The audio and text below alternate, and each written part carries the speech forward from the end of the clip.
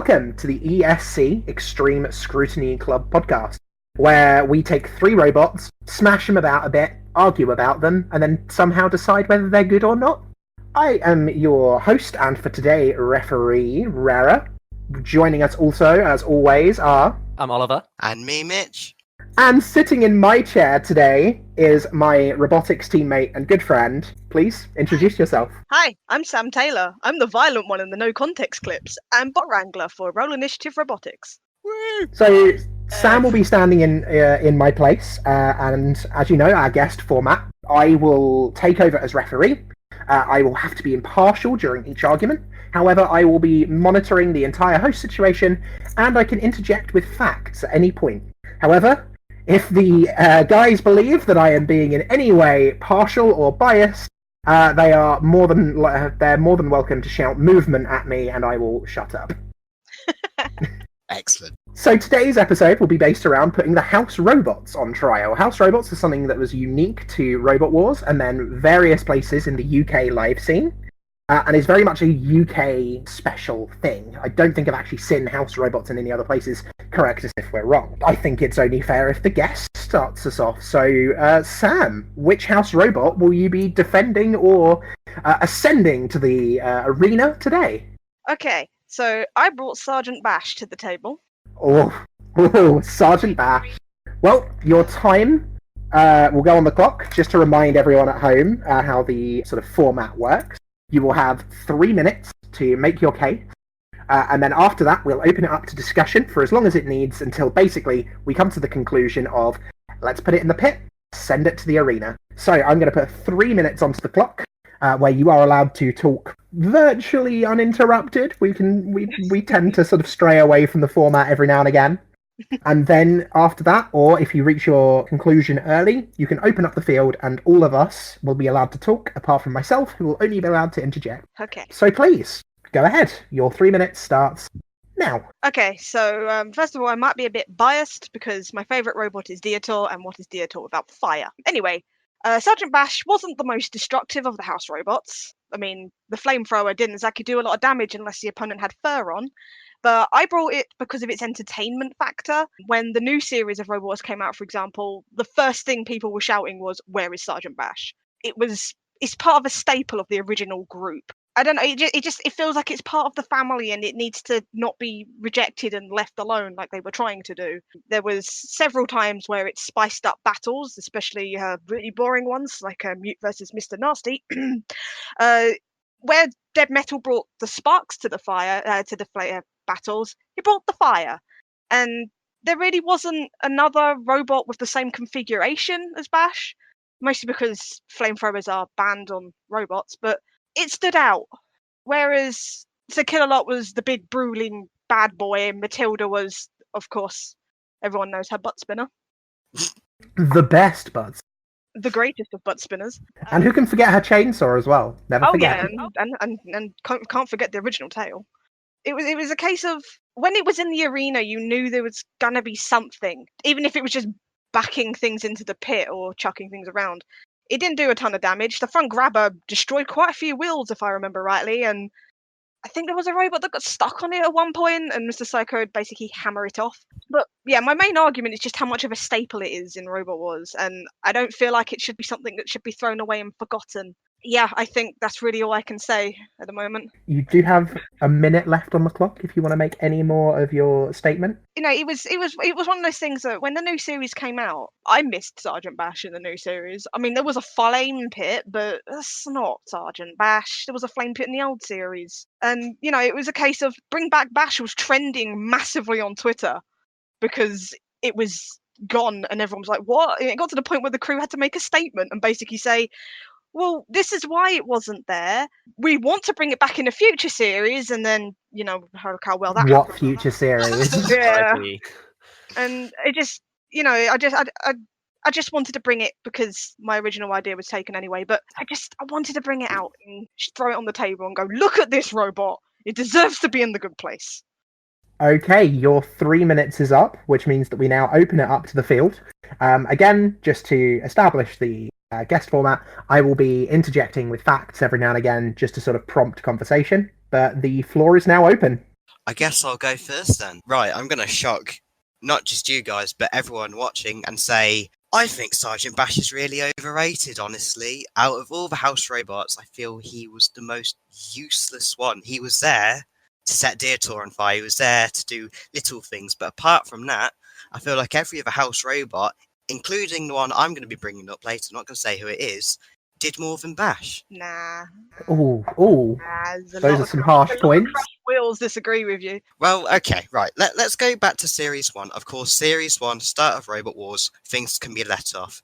Sergeant Bash didn't have the crushing claws. Oh, well, jaws, whatever you want to call That them. had a spiky thing, didn't it? He had some weird, spiky head thing. So officially is stated as a front spiked battering ram and a rear mounted circular saw or angle grinder in Series 1. Oh, right, now, you see, it kind of looks cool because it's like a rhino. But apart from that, okay, he's got a saw, he's got some weaponry, he's got the flamethrower. Great. Series 3 comes along, and of course, still robots are getting better, but Sergeant Bash, he's given proper crushing jaws, he's lost his disc, it's now like some bent bloody thing on his arse. I'm trying to outdo Matilda, I think, in some weird way. And he's got the flamethrower again. So still, he was with the other house robots, but he wasn't as outclassed. But as the series go on, Matilda gets the flywheel, and the other house robots get slight adjustments. Well, Sergeant Bash just seems to be forgotten about. They couldn't or didn't do anything with him. And in a way, it's a shame. But I don't know, I really don't see the appeal of Sergeant Bash, honestly. See, that's the thing. Like I said, Sergeant Bash was never one to make a lot of damage. Sergeant Bash was never a damaging robot. He's just there for entertainment, and I feel like it's not Robot Wars without Sergeant Bash. It's like taking Sekillalot away. You just can't do it. It's part of the originals. I think I have to interject and say that, yeah, well, the thing is, we had 3 series of Robot Wars without Sergeant Bash. And I missed him on every single one.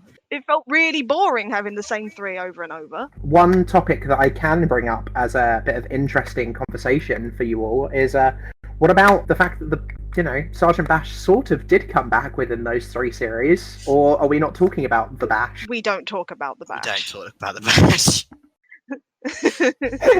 I will rescind then. I will move back to my little referee corner and sulk with my little LED scoreboard. You two won't. I will at least discuss the Bash, in as much as it was a lovely tribute to show that the fans they did miss Bash. Yeah. Yeah, it was really did. lovely to have back, and for the new show to acknowledging the classic series in a way. But even this recreation with modern batteries and modern technology, it was not the most optimized design, but it was a homage to the original, and I think it showed personally why Sergeant Bash just didn't have a place in the new series. You can't really compare the Bash to Sergeant Bash. It wasn't house robot structure. It wasn't made like a house robot, and house robots, as you know, are a lot more complex than the actual Roboteer robots. So trying to compare the Bash to that is like trying to compare Gen 1 robot the Bruce to Chaos 2. You can't compare them. The only reason I do try and compare them is that, well, as you've said, Sergeant Bash was never really the most damaging of robots. And the Bash was made within the competitor rules of Series 10, and didn't have the same freedom that the earlier builders had with the house robots. But we've already begun to acknowledge that the flamethrower was really not the most effective thing. It was never added meant to as be, part I don't think. of Series 1, where robot combat was still relatively new. And you look at the chainsaw on Matilda and the circular saw of Dead Metal and the flamethrower of Sergeant Bash, and it was clear that they were just throwing out the same kinds of weapons that the competitors were throwing out in the hope and the thought that they would be effective. But really, it was only the claw that I personally think that really had much influence on the majority of Sergeant Bash's appearances. Well, what gets me is if the flamethrower I know wasn't massively effective, but if fire wasn't effective, why did we always have a flame pit? And there were a couple robots that got busted up on the flame pit and were set on fire. So Like I said, the flamethrower was never. You can tell it was probably never meant to be an effective weapon, but the design and the whole thing with Sergeant Bash it was part of the family. It's like ripping out a son from a family and trying to call it a family. Right, okay, right. The one comparison I will make between the Bash and Sergeant Bash, and this is going to be really harsh, and you're probably going to hurt me, but they were just as useless as each other, honestly. I just don't think it's fair to compare a house robot to a roboteer robot. I think, like, if you took Sergeant Bash and you scaled it down slightly, you'd have the Bash, but it doesn't have the flamethrower, and that's it. But the thing is, right, if you look at all the house robots, you have Matilda, who, yes, Matilda was bullied, but she had a flywheel which decimated robots like Seros. You had Shunt, who was great at showing things around, Diamond Tip Tax. You had Dead Metal, who went unflipped for like 7 series, was it? He was flipped by gravity in Series 7, that was the first time. Yeah. You had Sakilla, of course, the big daddy of the house robots, the leader. The Sentinel. I'll shut up again. Don't forget the Sentinel. I was going to bring the Sentinel, but I was like, I don't really have any sort of argument for that one. It's just left forgotten about. That's the best way. The Sentinel, it pushed things. It was really good, okay? Mr. Psycho was like the big daddy of... sorry, I've said that sick a lot. He was like the... to make a Warhammer reference, I call him like the Black Orc. He was just that big, imposing, look at me, I'm Wellard. And I'm just going to blast things with a massive hammer. Growler's probably stood out the most because he was just so different and, based on an animal as well. Growler was all about speed. The speed, the roar, which I can never tell whether the roar was... Well, actually from the robot or yeah. Yeah, I always thought that. When we have 5 seconds, I will Google that. But I've still got facts up about Sergeant Bash. One of the things that I've actually seen is, did you guys know that Sergeant Bash broke one of Hypnodisc's discs? Yes. It pierced right through it. It also picked a fight with the And robot. also that Roboteers said that they would look forward to fighting Sergeant Bash because they found it funny to put flammable things onto their robot.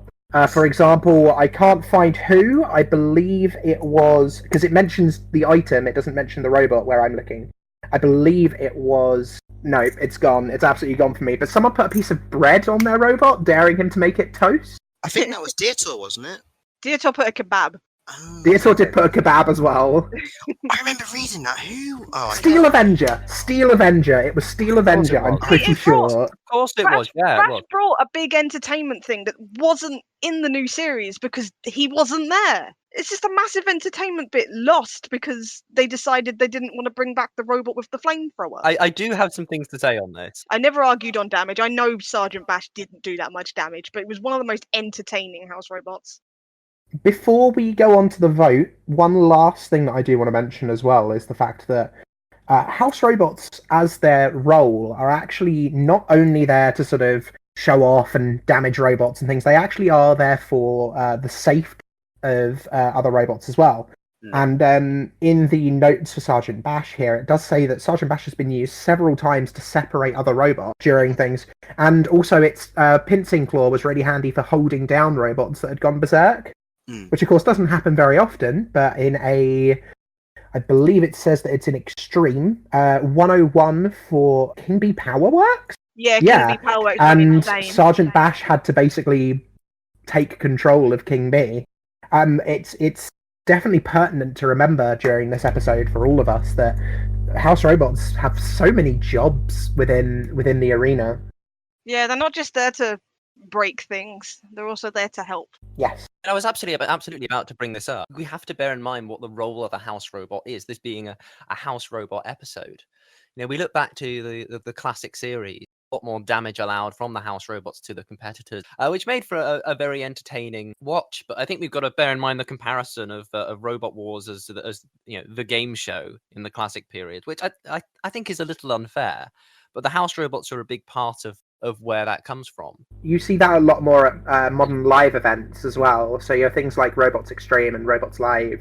Both of them, you'll see that their house robots are a lot more geared towards those safety features and those things like separating robots that have become entangled or dealing with issues in the arena that could they'd have to stop the fight for otherwise. I think I remember hearing once that they used Goliath to help put a robot out because it was on fire and there was a lot of flaming parts around it, and they basically use Goliath to put out the fires. Moving away from the classic series, which was very much an entertainment show. The reboot seemed to be going for more of a sort of scientific, mathematical, STEM kind of inspired idea, which I think was one of the reasons why the BBC bought the show back in the first place, was to just try and inspire sort of science and technology in the same way that the original show and many other sort of similar shows of the same era, things like Scrap Heap Challenge and Full Metal Challenge did for so many people. But bring it into more of a modern context. I mean, every single one of us in this podcast, even our guest today, to a degree, have all been inspired by things like Robot Wars, or in other cases, things like Scrap Heap Challenge, to get into what we do now. And 3 out of the 4 of us build robots, and one of us builds robots on a very, very heavily CAD-based game. It's amazing at the fact that this is stuff that we do for fun, but is definitely very heavily based in what years ago would have been considered STEM research, and that's fantastic. But yeah, linking it back to Sergeant Bash, because this is the robot that's been brought, and the robot that we need to judge here. My argument for Sergeant Bash would be that it was very much of its era, and it would have been great to see an upgraded Sergeant Bash going into maybe a classic Series 7 if it ever happened, or a Stream 3, but because I think it's particularly with the grabber on the front, and the flamethrower as a more of a visual and sort of spectacle kind of very fantastical. Yeah. It's a very fantastical element. It certainly does bring entertainment to the arena while it's there, but I think it's going into the reboot series and the tone that they were looking for. I don't think Sergeant Bash suited what Mentor and the BBC were trying to create. So I do have to disagree with that point, Sam, that that Robot Wars is not the same without Sergeant Bash, because I think Robot Wars is it's got to evolve, just as the robots have to evolve with technology, and adopt new weapon styles and battery types and motor types. That the show has got to match where the sport is, otherwise it dies out. Not not mentioning the fact that the show got cancelled. I mean, I'd like to point out, you kind of just proved my point that it's not the same as without Bash. The show is taking a completely different turn. It's not the same because Bash is. It isn't the same, but what I'm saying is that's okay and that's good. Sorry to interject, but building on Ollie's point, I think it's also the fact that they couldn't make Sergeant Bash because wasn't it the fact that having a flamethrower and a gas canister was a hazard? They didn't make it in time. That was basically it. They that's one of the first things they said, is they didn't make it in time for the series. Bear in mind where Series 8 came from. It was Mentor on the BBC approached Robo Challenge to build 4 house robots as quickly as possible on a limited budget to start filming, and everything was really thrown together and built in as best as they could with the time and money that they had. And I think that's why the arena sidewalls and floor received quite a few upgrades as the series went on to strengthen them against the stairs. And with Robot Wars, it's all about the startup costs, and it was something we were discussing when the show was cancelled, and we were talking about who might bring it back. It's all about investing in those house robots, and I think for the BBC and Mentor and the way that they were BBC in particular, the way that they were treating the show, once they had the initial setup and they had the tone that they were going for, I don't think they wanted to invest more money in more house robots, and secondly, I don't think it would fit the style and the tone that they were going for, and I think they would have been more suited to new house robots or resurrecting other designs such as Mr. Psycho and Growler. And to make one final point as well, Robot Combat doesn't necessarily need house robots. Again, look at the success of Battle with not a single house robot. It brings it into perspective that these robots are awesome, but they're not necessary. Oh yeah, I mean, house robots have really, apart from the fact that they were made for safety and such, they were always just there really to be entertaining. In the audience point of view, they were there to be entertaining. The audience didn't know that they were doing all this other stuff at the back. And I think absolutely, it's the same kind of thing as the super heavyweights in BattleBots. It's the heavyweight division was certainly a an affordable and attainable goal for many early builders, but didn't necessarily have the power or the entertainment factor that running a television show were looking for. So I think the house robots early on were there to fill that void. Okay, I'm gonna pull my ref powers here and move you guys on to voting. So who wants to vote first? I'll do it, I guess. Right, okay. Going from everyone's points, like, house robots aren't just there to be entertaining, they're not just there to do damage, and they do backstage stuff as well. Despite all that, I think I've got to be... There's a word I'm after, and I can't think of the word that's going to really bloody annoy me. Objective, that's it. I've got to be objective. Not counting Sentinel, count all 8 house robots, apart from that. Out of all those, Sergeant Bash was probably the least impressive to me. Yes, he was there from the start, and then he wasn't in the last 3 series, but I think in that respect, he was basically just an old thing that had to be put down and gone, no, you're entertaining, you've got fire, but that's it. So with that in mind, I am going to cast Sergeant Bash into the Pit of Oblivion. I'm really sorry, but I've got to be objective. So that is 1 point towards the Pit of Oblivion. Sam, Oliver, either of you want to cast your vote? I mean, it's really obvious where I'm going. Yeah? It's not Robot Wars without Bash. That's just how it was been. When I watched the new series, it was dull seeing the same 3 over and over again. At least with Bash, there was a bit more of a plethora. Plus, who the heck, what other robot has ever picked a fight with the ref? Because the fight was so boring, they just decided to beat the ref up. That was fun. I always found Bash really fun. And he didn't do a ton of damage, like I said. You can't really base a house robot on the damage they do. But it was entertaining to watch. When it was on the screen, 1, you could easily see it because it was bright green. And 2, it felt fun to see Sergeant Bash. It was just like it was like splitting up a group. And the new series just felt too stale and clean to me. And without that just random flick of fire in the corner. I'm ascending him, yeah. Alright. Oliver, deciding vote. That gives me the deciding vote. And I must say that I started coming to this, this pretty much a similar opinion to Mitch. That Sergeant Bash was one of the ones that got outdated towards the end of the life of the classic show, that didn't do the damage of the others. I've got to say, I've been convinced. When we've been discussing the role of the house robot and the entertainment value that it brings, Sergeant Bash was, and I think unlike another robot that we're going to discuss in a little bit, a robot that actually brought an entertainment value to quite a few battles, especially ones with, Dietor, Ramrombit, Mr. Nasty. Granny's Revenge. Granny's Revenge, Rough indeed. Yes. Rough Dougal. Oh, There are Dougal. so many robots from the early series, the fiberglass and fabric-based robots that, without Sergeant Bash in the arena, without it sort of chasing it with the flame, and the original show would not have been, to keep Sergeant Bash in the context that it was created, and think what the original show would be without it, and I just don't think it would be the same. I think I do disagree that the reboot needed a Sergeant Bash, but I think that the classic the show was all the richer for it. So I am going to put Sergeant Bash in our arena. Yeah. Okay, and that concludes the vote. That means that with 2 points to 1, Sergeant Bash is brought up to our arena in the sky to join other such fantastic robots. That then means that you are victorious. You are a victorious guest, Sam. Yay!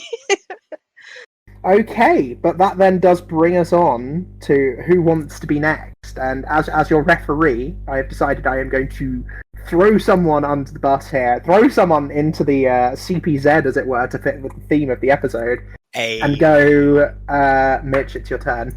So I've been excited about this, even though I probably know how it's going to end up. I am bringing the notorious house robot Cassius Chrome, who is in Series 7. Oh boy! I have to be impartial as a ref. I have to be impartial as a ref. I have to be impartial as a ref. Big deep breath. Yes, Your please. 3 minutes to defend, Cassius. Defend or condemn? I'm defending, believe it or not. How? Why? Okay, fine. You have to be impartial as a I ref. think you know why. Your 3 minutes and my sanity start now. I think Reira really knows why I'm defending Cassius Chrome, but it's more than that. Okay, so yes, Cassius Chrome, the house robot that stood out like a sore thumb compared to the rest of the others. They looked gritty, they had a theme, and then Cassius Chrome comes along like a cartoon character. Hey guys, how you doing? But in a way, I feel like he fits in. He kind of represented the series at the time. The move to Channel 5, Series 7 was actually pretty decent. I mean, you had a lot of big flippers and a lot of spinners.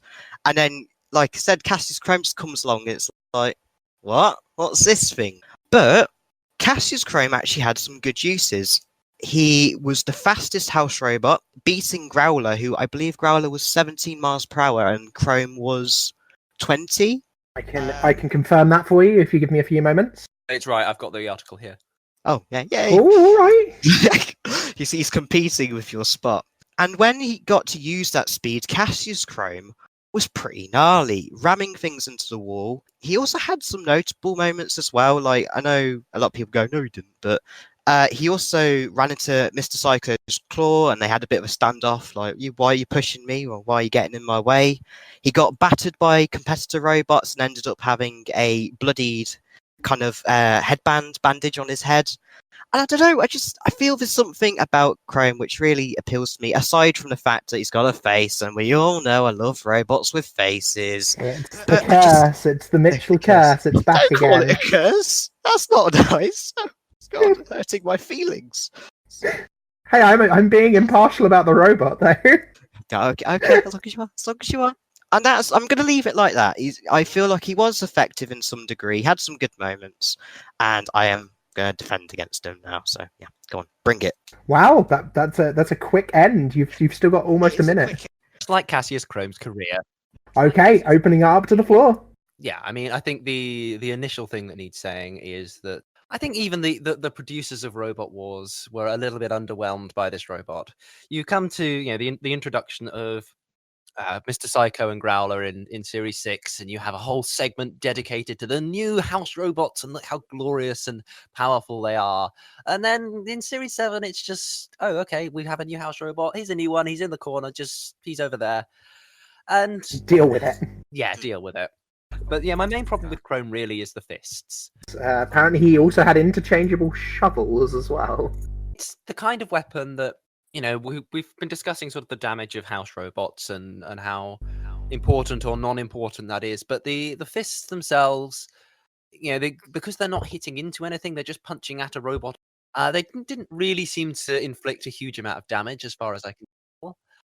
And in an era then we were going into, as the more powerful flippers and spinners of Series 7 that really did make for quite a lot of entertaining fights in that series. You need house robots that are going to be able to stand up to the competitors that are coming in. They need to be heavily armored. They need to be, have stronger build than the original 4 or 5, if you're including Kill-A-Lot, that have been around since Series 2. Because at this point they're beginning to show their age. They're beginning to struggle. Matilda in particular in Series 7 really has a hard time of it. The fiberglass body gets really badly damaged, and even the spinning disc really is not quite managing the same hits that it has in previous years. And I just think if they were going to introduce another house robot, it needed to be something more impressive than Cassius Chrome. I don't think the caliber of armor or of weapon to really pose much of a threat, of much of an arena hazard to the robots in Series 7. Mitch, I'm happy for you to disagree with me. No, I'm not going to completely disagree with you. I'm going to agree with you in bits as well. Might be a bit of a surprise. Yes, I will admit Chrome's quality wasn't the best, but I do feel that he wasn't shown off properly. In a way, I feel like he was rushed. I don't know if that's true or not, but I get that impression. He was not. They took quite an amount of time working him by the looks of it. Hey. Oh, no, that makes my point. Oh, that's made it even worse. Okay, but I do feel that he was just kind of overlooked. Yeah, we got House Robot. There you go. Also, like I said, while I like the face, I think some of the concept art shown him looking better, and it would have made the robot look better if it was incorporated that way. Because, like I said, he was a cartoon character amongst all these dark, horrible robots.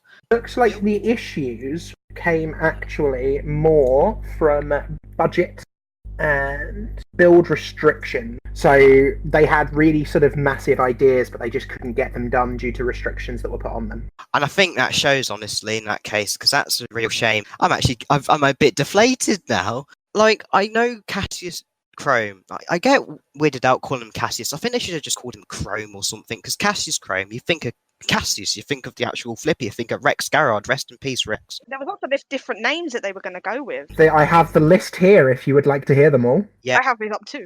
The list of names they considered going with.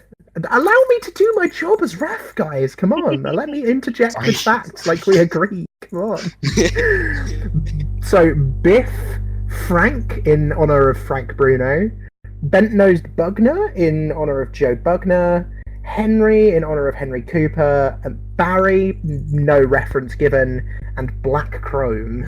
See, Black Chrome would have worked. Yeah, we can't really go with Barry, given we've already had a Barry in Series 1. And here's our new robot, Barry. Barry! It's a Cassius Clay and Muhammad Ali reference, isn't it? It is, yes. Cassius Chrome is a Muhammad Ali reference, due to Muhammad Ali's real name being Cassius Clay. I guess it's just the fact you had Cassius, which I think Cassius was named after Muhammad Ali as well, wasn't he? Yes, he was. That's why they went with the float like a butterfly, sting like a bee quite often. Yeah. But I know it's hard to defend this, Ray, but I know I took that because I feel like I'm one in a million that loves this thing, because it's not just a face. I do feel it had its moments, and the actual fist weapons, because there was fists, and then there was like, I think the shovels were like weird spike things. So there were fists, spikes, and shovels. Apparently the shovels only showed up in 1 or 2 fights. I don't remember the shovels. I don't remember ever. Nor do I. But as your wiki master, that is what I am getting here. There were shovels as well. That's strange, because I do remember the fists, because the fists were what he was introduced with, and I remember the spikes lot, because I think he knocks out was it Mechaniac? I'm pretty sure that was the robot's name. Knocked out the batteries of Mechaniac and battered the chassis and the armor a bit, which, okay, not the most damaging robot. But I think the spikes were more noticeable because they looked more imposing and looked more damaging. But going back to Oliver's point about how, it was Series 7, you had all the flippers, you had all the spinners, and the house robots were struggling. I would admittedly say Mr. Psycho and Growler, they were able to take a beating. I mean, Growler was, flipper bait, and of course we know Mr. Psycho was only flipped over by Firestorm, which I think was just the fact of Firestorm managing to be in the right position and Psycho just kind of being overbalanced or off-balanced, whatever you want to call it. And yeah, going to that point, I feel like Cassius is a step down, but maybe that's because of the limitations that Reira mentioned. I'm not too sure. There's not much citation given on that, by the way. So take it with a pinch of salt. Yeah. I do feel like they kind of missed the mark with this robot. I will admit that. I'm not going to say this is Cassius Chrome, he's great. Screw you all, because that's my opinion. But I don't know. I love this thing so much. It has had quite a few appearances to judge it on. Not enough appearances to really judge it on. It only actually appeared in 25 fights, which sounds like a lot, but then compare that to the fact that every other house robot has had a lot more. It was in one series, basically. See, my issue with Cassius Chrome, it was basically just 2 spikes. Yeah. It was a quick robot with 2 spikes, so like Tornado but with pistons. It didn't feel like it hit the mark of house robot. It felt like it didn't have any oomph. House robots, they have a thing. And, Sergeant Bat had a flamethrower. Dead Metal was like the Junkyard Hedgehog. Every single one of them had a thing, and Cassius Chrome just didn't.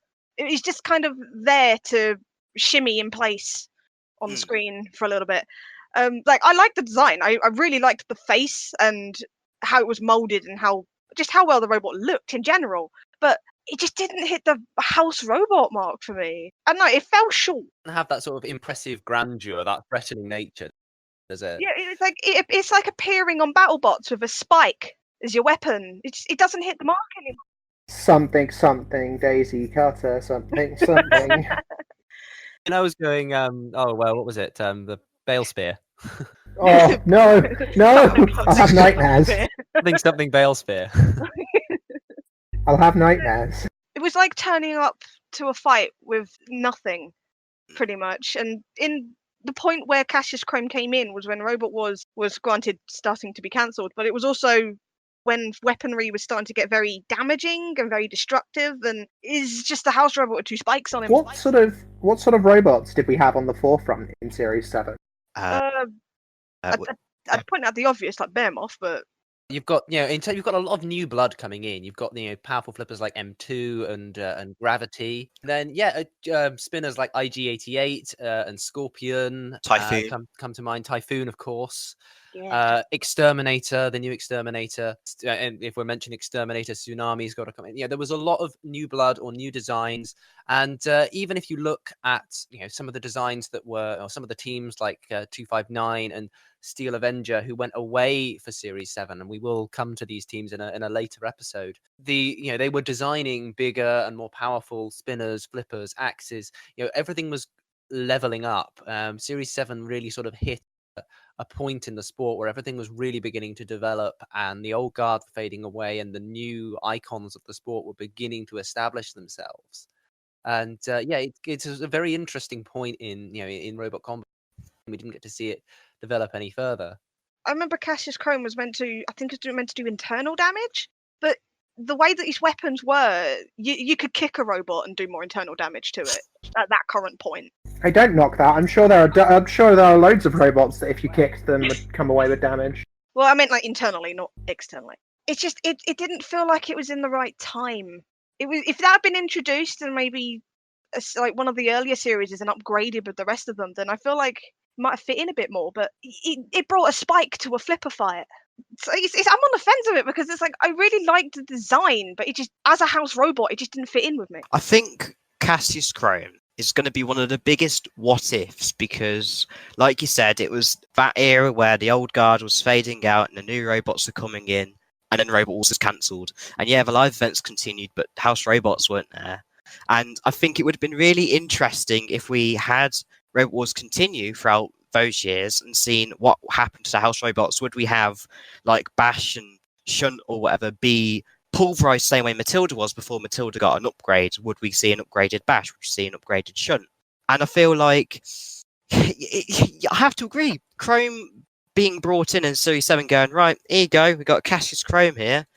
And, 2 series before in Series 6, you had Mr. Psycho, who was like 750 kilograms, and Growler, who was 400, 500 or so. So they were really heavy. 100 and something, I think. 375. When it comes to thinking about like how it could have been in the future, I like to sit there and look at a robot and think, how could this robot have been upgraded? And with Cassius Chrome, I draw a blank of how they could have upgraded that to make it more destructive, or to make it more just upgraded in general. Because the weaponry was very limited, and there's not really much you could have done with it. How about you guys? But I feel like I'm ready to vote. Yeah. Okay, then I will lay down the gauntlet and go to Sam first. Okay, so I'm still quite on the fence, but I think I'm gonna have to just cast it in the pit because I really can't. Apart from the design, I can't think of anything else that positive I liked about Chrome. Okay, so it's being cast into the pit for one. Oliver? Yeah, I mean, I'm sorry, Mitch. I'm gonna have to dash your hopes here. There's no suspense here. I can't even see a redeeming feature in the design. Look at Psycho and Growler, based off of Bill Sykes and Bullseye from the Oliver Twist novels. There was a strong sort of theme, and they looked powerful and aggressive. I know it was supposed to be a cartoon character, but it just looks comical, and it doesn't have the same presence as the other robots. I admit, it would have been interesting to see where they could have taken it. Perhaps swapped out the punching spikes for maybe spinning discs. But yeah, I just any redeeming features. Yes, there was a lot of potential for maybe it to develop. But you look at the classic house robots from the original series. Yeah, internally there's been changes, but they weapons wise and body wise and wise they've remained largely the same. And I've got to judge the robot on what we saw and not what we never got the chance to see. I've got to judge it on the facts and what exists rather than a what if. So I have to throw Cassius where it belongs. Cassius Chrome, should I say? Cassius, we I love. was going to say, please don't throw Entirely Cassius different in the robot. pit. Completely Cassius is different forever Cassius, and we ascended. love. We can't do will anything we will with get to Cassius at some point. I'm sure. I'm But, sure Cassius will come up in a Chrome, future episode. Cassius Chrome. I have to cast it into the pit. That means that the decision is final, but do you want to at least give a point to your fabulous boy? Right. Okay. I'm gonna saying some words failing me today. God's sake. I'm just gonna clean the plate, clean the slate, whatever. I don't know. I Clean the can't remember plate. what I'm saying. Sure. Stick it in the dishwasher. Clean the plate. That's Move it. on. Stick Cassius Chrome into the dishwasher. On it, put it on the drop zone. Oh no, please. No, then drop a dishwasher on it. That's what I was saying. This is just bullying at this point. I thought you meant to be impartial. Hey, I'm being impartial. okay. I'm just saying that if that happened, that would be interesting. I'm really bad at this impartial thing. Well, I mean, the vote has been cast, so Well, Yeah, but it Where could you either going, be Mitch? 2-1 or 0-3, and I'm actually going to say 0-3. Really? While I love this robot, and while I love the theme of it, and I knew I when we talked about house robots, I was like, I'm going to pick Chrome. And I know when I pick Chrome, I'm going to be clutching straws and being like, what do I say about this thing, apart from the fact I like it? Ugh. And you can probably tell I've been very much that way in defending it. I'm 1 in a million that likes this thing. I know that. I just wanted to bring it here, defend it as best I could, which I haven't done very well at all, and just say, right, okay, go on, get in there. You could have been so much more, and you failed me, you horrible thing. I'm glad you did bring it, Mitch. I feel like if it had more of time, like because it was only in one series, I feel like if it had more than one series, there'd be a lot more to defend. Yeah, true. Okay, and that is a 0-3 for Cassius Chrome, and he joins so many terrible, terrible robots, which are actually, they're all robots that have effort put into them, and we love them really on ESC, but we're here to debate, and it goes into the pit, because Cassius Chrome is God. Would it be much of a podcast if you just descended everything because they take a lot of work and everything? Well, I think that we take a nice stand on ESC of the fact that we're very, very much just debating our opinions here. Yeah. And honestly, absolutely honestly, like we love and respect all roboteers that have the gall to actually make a heavyweight robot or a house robot or anything. All the way down to the lowliest of flea and ant weights, all the way up to the terrifying super heavyweights that I hope we, don't ever have to discuss because they scare. We play up our opinions here, we exaggerate things and really sort of go for it. And but no, we all have the utmost respect for all the roboteers, any weight class. I mean, 3 of us here are roboteers as well, and that's the thing. We may use our knowledge that we have, but again, we use it to cast an opinion. I think it's interesting because you 3 are roboteers, and I'm more of a spectator, so it's a different kind of opinion. I don't know if I can really call myself a roboteer yet. Same here. But... Quiet, you're on my team. Okay, sorry, don't hurt me. I thought you would Obey your team captain. She knows where I live. Oh god. I have a stick. Okay, so that does mean that we are down to one last robot, and that is Oliver. It's time to bring the dog to the arena. It is the dog of war, Growler. Okay, I will queue up your 3 minutes. Yeah, Growler's going to be a really, to put a tiny bit of myself into this for a moment, Growler's going to be a very fun one to hear people talk about, because I had very mixed opinions about it. I'm looking forward to that. And here we go. Your time starts now. Great. I've been saying throughout the podcast so far tonight that I think that the original robots were beginning to show their age, and that Cassius Chrome wasn't really up to the task in Series 7. I think Mr. Psycho and Growler were really where the producers of the show got it right. Mr. Psycho was very much an upgrade on Sir Killalot. I'm sure we will have a chance to discuss him at another time, but I'm here to talk about Growler. Because I think what the producers did with Growler is they looked at what had worked with the competitor robots. And as I've said earlier on tonight, the Series 1 house robots, they were very much sort of throwing out what weapons they thought might be effective, but nobody really knew what was going on. Growler was where they really built on what had worked. It had, the powerful drive of a robot like Tornado, In fact, I believe it had an E-Tech motor in the drive, which is crazy powerful. To interject to put that into perspective, E-Techs are often used for overhead bar spinners at the moment. So yeah, so incredibly powerful drive system, and then they incorporated the sort of the control element of a robot like Reira, and fitted the jaws to the front, and even he temporarily had the flamethrower for that extra bit of entertainment factor of showmanship. And he was incredibly fast, charging across the arena and dealing with any discontent from the competitor robots. Really zooming into action if there was a chance for him to come into play. And I think he just fits the position of what we've decided a house robot should be, as an arena hazard, as a jaws that can grab and control and can and mess around the robots temporarily, but not hopefully influence the outcome of the fight, that it would hopefully still come down to the two competitors.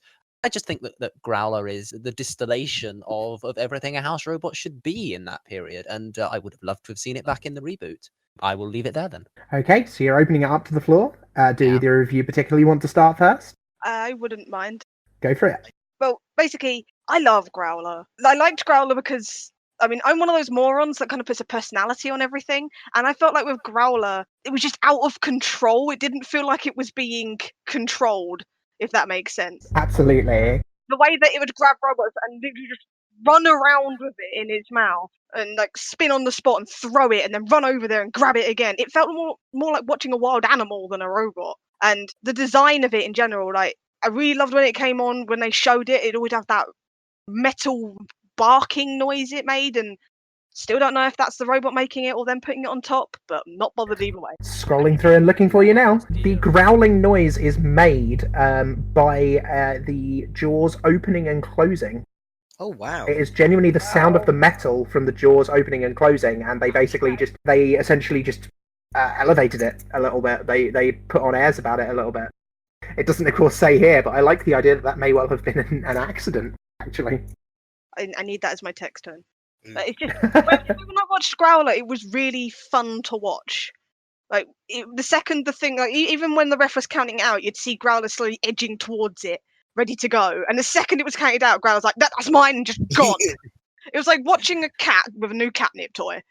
And it was just really entertaining. And that's one thing I've always loved about the House Robots, is just entertainment factor. And Growler had it. It didn't have the most effective weaponry, but it had enough. It could grab things, it could throw it, it could, it was just really fun to watch. It really, filled that role of, as we said, controlling and maybe briefly disposing of robots in the way that a robot like Shove would in the original series. Because we've not mentioned Shove yet. Oh, poor Shove. We love you, Shove. We love you, Shove. I don't actually remember Shove. Shove never appeared on TV. Yeah, basically push robots back or push them to the corner if they're on fire for them to put it out. It wasn't shown on Saturday. Growler is the modern Shove. It has the jaws to, an early ref bot, an early Growler. It has the jaws to push and control out of control robots. And I'm fully in support of this robot. Okay, completely honest, Growler and Psycho are probably my favourite house robots. I can't put one above the other because they came as a pair. The ultimate house robot dream team. And Growler especially always stood out to me, going by what Sam's saying with the roar, which now we learned about, I think that's really cool. How fast Growler would go as well. I always remember Growler went from one side of the arena to the other. I think it was Smidsy versus Dominator, and just like, to make a wrestling reference, spears the hell out of both of them to the point where Smidsy's frame has just been completely bent. It was literally Roman Reigns, my god, a spear from the big dog. I never thought, to be impartial for a moment, I never thought that we would bring up WWE on this podcast, but here God damn it, we I'm going to are. do it as much as possible. When are we doing the Extreme Warriors with Mick Foley? Yes, definitely. See if we can get Mick Foley on the podcast. Mick, if you're listening, we love you. I know what you mean with that. Like, the camera would be on the other side of the arena. It'd just be showing robots just touching the constant patrol zone, it's just suddenly Growler. It's worth mentioning that there were many competitor robots that were even faster. I believe Danton Kia was 25 mph at one point. Danton Kia is a feat of engineering, though. Yeah. But if you think about it, the competitor robots could get up to all these speeds. Like, you hear about the old Sabretooth and Binky, which were meant to get up to 60, 50 miles per hour. They never did. But Growler being, a big boy and being one of the heaviest house robots and going at bloody 17 miles per hour, all the other house robots just look at him going, whoa, okay, there he goes, right across the arena. That took about Psycho, can you control your dog, please? No. Just doing skid marks all over the place as well. That four-wheel drive sort of skid steer system gave it a lot of pushing power and torque. And, going back to referencing the modern Robot Wars and how we didn't have Sergeant Bash and stuff, I feel that they missed out a massive opportunity bringing back Psycho and Growler. Because, Psycho's very similar to Killot, and of course, Killot had been boosted up to Psycho's weight, so what on earth would you make Psycho? Even bigger. I always imagined Psycho getting some Black Hawk vibes. I think I mentioned that earlier, but I think that would just really work for him. Give him an axe instead of a hammer, for God's sake, or give him interchangeable weapons, something like that. I always imagined Psycho as Killalot's bigger brother. I saw him as Killalot's granddad. And I saw him as the brother, as sort of the mad uncle of the arena. Yeah. If I'm going to say, one house robot to bring back from the classic series that I think would fit well with the vibe of the reboot, it is Growler, because there's really nothing else like it in the four that they brought back. There is nothing else that sort of rams and controls in that way. And Psycho is fairly similar to Killalot. So if they're doing it on a relatively cost-effective way to try and to bring the series back, just in case it tanked in Series 8, I would have loved to have seen Growler come back. I remember when the Bring Back Bash hashtag was going around, and I was like, that's cool and all, but what about the others? And I did it for Chrome as well. I'll throw that out there. I think this was, I don't know, it's a while ago now. I did some really crappy drawings based on what I'd imagine house robots look like. And I remember for Growler, I said it'd be really cool to make up for Bash possibly not returning, give Growler a flamethrower in his mouth, so that way when he bites people, he could just be like a hellhound, breathe fire while he's biting. Rather than the tail flamethrower that he had in Extreme 2. Yeah, I was going to mention that as the one negative, but I don't know if you can really mention it as a negative. It was just the thing they tried, it didn't work, so I took it off. It's just a thing. He had one too many curries the following the previous night. That's what happens when you feed your dog barkies. He's had some of Craig Charles' chicken vindaloos to make a Red Dwarf reference. Oh my god, Red Dwarf reference. Yes. I'm glad that we finally managed to get one in. I will try and fit some more in. But I can't down talk Growler. Growler, in my opinion, is the perfect house robot. Yeah, it could be flipped upside down, but you know what? I don't think you really want a house robot to get back on the wheels. They're there not just to help out backstage, not just to be damaging, but to be entertaining as well. And Growler, I don't know about the help out backstage, but the other two, he was good at it, and he's just perfect at it. So yeah, that's my opinion. I think looking at terms of future upgrades, if we look at something like the Spectre and Quantum robots from Team Robo Challenge nowadays, it's very much a competitor version of Growler. I think in terms of you say it can't self-right, I think they could very easily have incorporated a similar style of Shremek at the back that sort of folds out and flips him over, and then he would have been unstoppable. My thing with the whole it can't self it could be flipped. So could so many of the others. It didn't stop them from being incredibly entertaining. Oh no, of course. Sorry, that wasn't my point. My point is that you could flip a house robot over and the crowd go, "Way!" and they'd have to just be put over afterwards.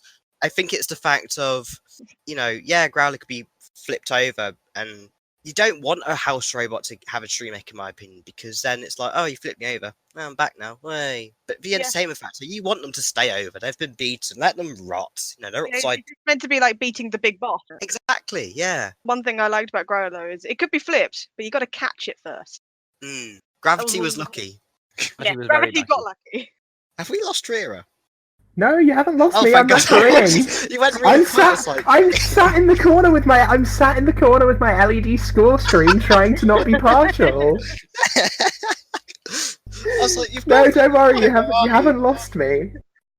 No, but should we move across to voting? Ready? I'm ready. All right. I'm gonna once again throw it to someone random at first. So, Mitch, it's up to you. Oh, it's no contest to me. Straight up to that arena. Go up, be a good boy. Okay, Sam. It's once again with me. It's no contest. Like Growler was just amazing. It was just it brought that insanity to the arena. And like I said, you can flip it, yeah, but you got to catch it first. So it's straight up there. Let's just straight up there into the arena. Okay. And then, in which case, Oliver, you don't really have much to do. But did you want to make it a 3-0 victory for yourself to end off the episode? What I will say is, we've got quite the collection of robots up in the sky in the arena, who've ascended so far in this podcast, and I think we're going to need someone to keep them in line. So go on, Growler, be a good boy and get up there. Okay, so that is a 3-0 win for Oliver's Growler, and that brings us to the end of the podcast. So to summarise, we had a 3-0 win for Growler. We had a 1-2 loss for Sergeant Bash. And we had a... Was it 1-2 loss for Sergeant Bash? No, One that win. was Cass's Crow. I was going to say, I was like, wait, what? 2-1. We had a 2-1 win for Sergeant Bash. And we had a 0-3 loss for good old Cassius Chrome. And so that sort of rounds down the episode. So to sort of wind down as we normally do, you can of course find all of us on various social medias. So you can find myself and Sam on Team Roll Initiative on Facebook. You can find me on Instagram at Reira the Bard. You can also find our Team Roll Initiative on Instagram. And of course, you can find me on Facebook around the Shump posting group. And then goodbye from others as well. So you can find me on YouTube under the Orc Corp, and I'm hopefully going to have an Instagram art page coming soon. That's all from me. Thank you. And yeah, again, as you've heard a few times before, I'm Team Morton Bailey on Facebook, building my Beetle weight, and we also have an ESC Facebook page, which will include all kinds of reveals and artwork and behind the scenes and sneak previews at the robots that we might be bringing to future episodes. And Sam? Yep. I don't really have much social media stuff, so if you want to find me, it's probably best to look on the Team Roll Initiative Robotics page. Okay, and that brings us to the end of an episode. Yeah, thank you, Sam, for joining us. Thank you. Yeah, thank you again for joining us. I hope that the chat has been wonderful. So, future Reira, if you're out there, I hope you've been looking after them in the chat. And yeah, remember to like, comment, subscribe, and all those YouTubey things. And we will see you again in 2 weeks. Bye. Bye.